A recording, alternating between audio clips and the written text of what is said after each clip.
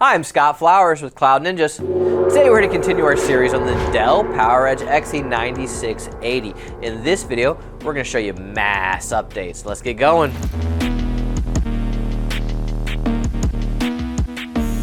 Hey, thanks for stopping by today to learn a little bit more about the Dell PowerEdge XE9680. Do us a favor, if you find anything that helps you in this video, click that like and smash that subscribe.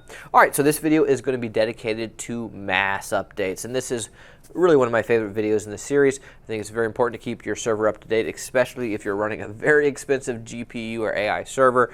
Keeping your server up to date is going to plug the patches and help with any of the current security issues, and just keep the firmware and the BIOS and the onboard diagnostics and just everything up to date. You might have seen 2 videos earlier in this series, and we specifically say, yeah, this is how you update your BIOS if you're in a pinch and you don't have an operating system. Not what we recommend.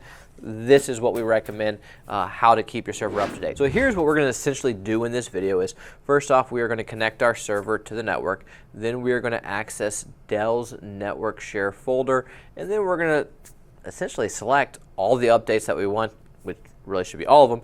And we're going to show you step-by-step instructions on how to do everything. So let's just hop into the fun stuff. Hey, it's Mason with Cloud Ninjas, and today I'm going to be showing you guys how to run mass updates for your server, along with step-by-step instructions on everything you need to know. First, boot up your server, and during the post, you will press F10 to get into the Lifecycle controller. Navigate to the settings, and on the right, click Network settings. This is important for us to make sure that our server is connected to the internet. Select the port that you want to configure. Then go down to IPv4 network settings and change the IP address source to DHCP. Once that is changed, we can click on Finish at the bottom right to save our network settings. And once you're back into the Lifecycle controller, navigate to Firmware Update. And on the right, select Launch Firmware Update. Then select Network Share, CIFS, or NFS, or HTTP, or HTTPS server. Then click Next on the bottom right of the screen. If you haven't configured the network settings, it will prompt you to configure the network settings.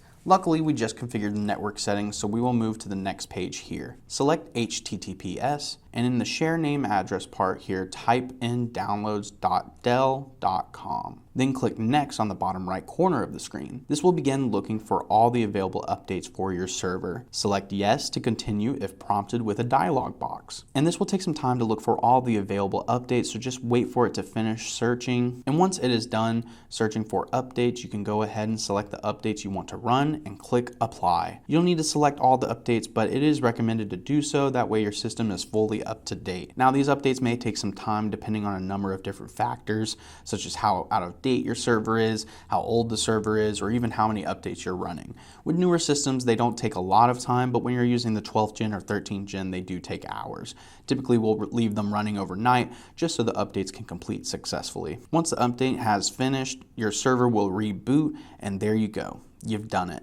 You've successfully ran mass updates on your Dell PowerEdge server. Hey, do us a favor, click that like and smash subscribe.